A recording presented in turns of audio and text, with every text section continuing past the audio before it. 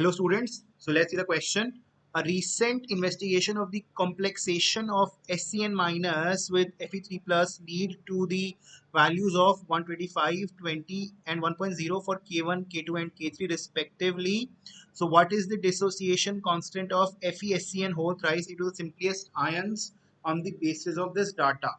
तो हमें उसने क्या दिया बेटा, कॉम्प्लेक्सेशन का डेटा गिवन है। कॉम्प्लेक्सेशन का क्या मतलब है कि जो ये Fe3 प्लस आयन है, ये जब इस SCN माइनस के साथ रिएक्ट कर रहा होगा तो हमें उनके जो K की वैल्यूज होंगी वो हमें गिवन है। तो सबसे पहले आप देखते हैं कि Fe3 प्लस अगर SCN माइनस के साथ रिएक्ट करेगा तो क्या फॉर्म करेगा, वो बनाएगा FeSCN2 प्लस, और इसके हमें K की वैल्यू गिवन है, जो K है वो K1 है यहाँ पे, ठीक है। और उसकी वैल्यू मुझे गिवन है, उसने 125 दे रखी है, ठीक है। अब नेक्स्ट स्टेप में क्या होगा, जो ये FeSCN 2 प्लस है, कॉम्प्लेक्सेशन करना है ना, ये भी कॉम्प्लेक्स बनाएगा किसके साथ, एक और SCN माइनस के साथ, तो क्या बन जाएगा FeSCN होल ट्वाइस प्लस, और इसका जो K है वो क्या है, K2 है, उसकी वैल्यू याद रखिए 20। और जब एक और बार कॉम्प्लेक्सेशन होगी इस बने हुए कॉम्प्लेक्स की FeSCN 2 प्लस की, वो किसके इक्वल हो जाएगी, एक और SCN के साथ, तो क्या बनेगा, मुझे मेरा final product FeSCN whole thrice बन जाएगा।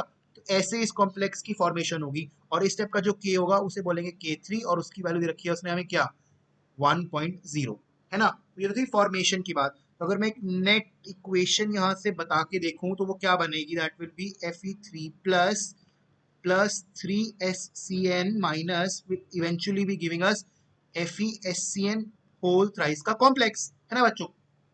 और इस रिएक्शन का जो के नेट, ठीक है, F E SCN whole thrice बना है, फॉर्म हुआ है, यानी के एफ फॉर्मेशन है, ये किसके इक्वल हो जाएगा, K1 into K2 into K3 के बच्चों, क्योंकि ये बनी है चीज। अब क्वेश्चन बस क्या पूछा है, the dissociation constant of FeSCN whole thrice, ये क्या है, फॉर्मेशन का था, ये किसका था, फॉर्मेशन का।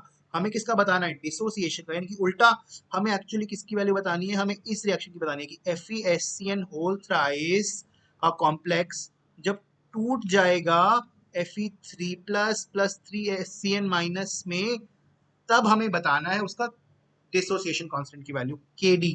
उसकी वैल्यू क्या होगी, जस्ट फॉर्मेशन वाले का एग्जैक्ट ऑपोजिट, तो वो क्या हो जाएगी, रिवर्स हो जाती है, 1/K1 into K2 into K3। तो वैल्यूज पुट कर दो, that will equal to 1 divide by 125 into 20 into 1, यानी कि K dissociation will be equal to 1 divided by 2500, and that is equal to 4 into की पावर -4। क्या कोई ऑप्शन मैच करता है, यस, ऑप्शन बी मैच करता है, so option B is the correct answer. Thank you.